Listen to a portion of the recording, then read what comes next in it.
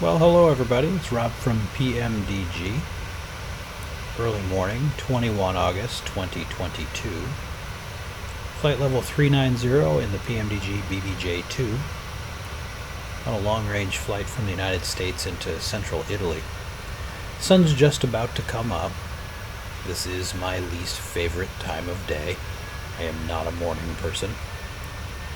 I'm just about to start fiddling with all the dimmers and stuff to change the lighting on the flight deck to account for the fact that there's a lot more illumination coming from outside the airplane. And that got me thinking that we've got a couple of features coming to you with this round of updates that we haven't had before. And the sorts of things that are easier to show you in video than in a wall of text with a couple of still graphics. And we've got a little bit of release information to give you about the 737-800 package as well. So, here we are. I love flying at night. I always have. There's something incredibly peaceful about it, especially when you get all the cockpit lighting dialed way down low and you're seeing the stars go by and watching the lights go by on the ground below you. There's just something incredibly peaceful about it.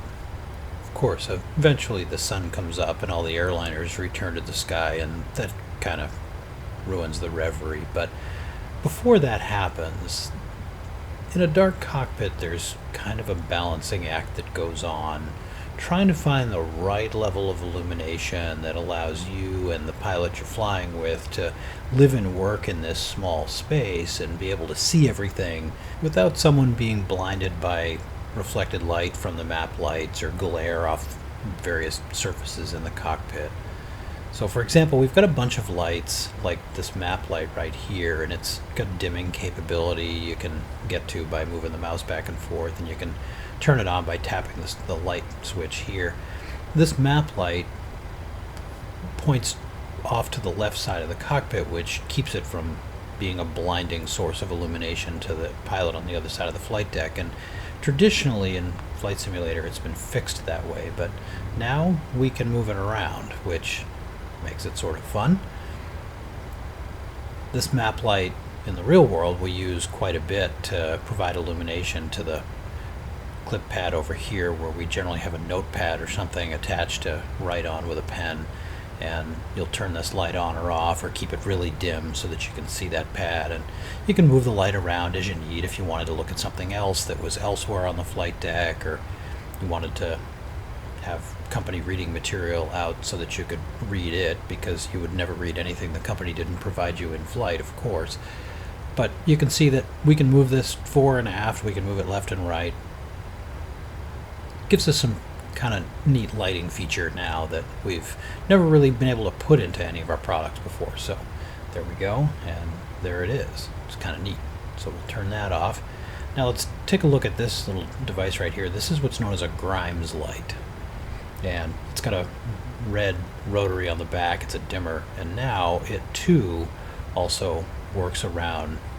It's got two axes of rotation, and we can kind of point it around at anything we want. These are also incredibly useful in the real world, and we don't use these ones quite as much just because of where they're located, but you know, the pilot you're flying with has one as well, and the dimmer on the back can make it brighter and darker. And of course, if you're flying with someone who's not very considerate, they can turn it into a lightsaber and sort of point it right at your face accidentally, and that's always disturbing. But you can see we can move it around here and gain illumination to different parts of the flight deck. It's really useful. In the real world, these can be popped off and used as emergency lights. You can point them all over the place, but we're still working on finding a way to make that happen in Flight Simulator. It's a rather complex 3D space problem to solve. And of course, well, now we can see the sun's coming up, so let's talk about the visors, shall we? We finally got these installed, and we did a bunch of high-resolution scanning of some actual visors so you can see there's scratches on them and all kinds of things, because that's how they are in the airplane. So it gives it a lot more realism. Now, the use of visors on the flight deck of an airplane really is a team sport. Each pilot has one, but generally speaking, you're not always using it for yourself. A lot of times you're using it to support your fellow aviator, because, for example, in the scenario we're in right now, I can set this right here, and that does a great job of blocking the disk of the rising sun. But if I move myself over to co-pilot seat, you'll find, I've got that rising sun right in my face again. So we've got another set of sun control devices here.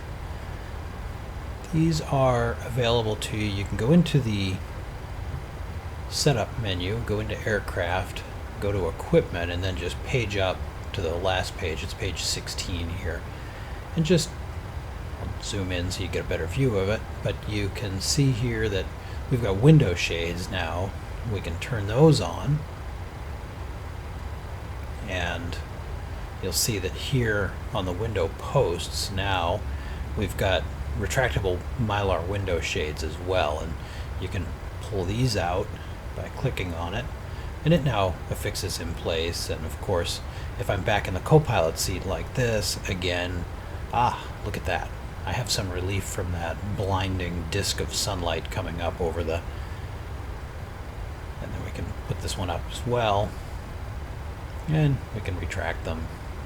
It's kind of nice because the lighting model that Asobo created really is incredibly powerful, and I don't think they get enough credit for just how deep the simulation value is here. But the lighting is such that we can layer these two things together and get the right amount of refraction of the light and the right amount of reduction in glare. It's actually pretty realistic. So you can move the visors around on their track. You can lay them over the top of the sunshades if you need to. So if the sun were off that side of the airplane, we could get this to the right position to provide the right amount of coverage so that it wouldn't be blinding to us over here in the left seat. And that's really what we spend a lot of time doing in flight. In the real world, we'll be working together as a team to find the right position for the rosin hard visors and the Mylar visors, so that nobody's going blind while you're trying to live and work in this environment. So it's pretty cool. Do it in the sim now as well.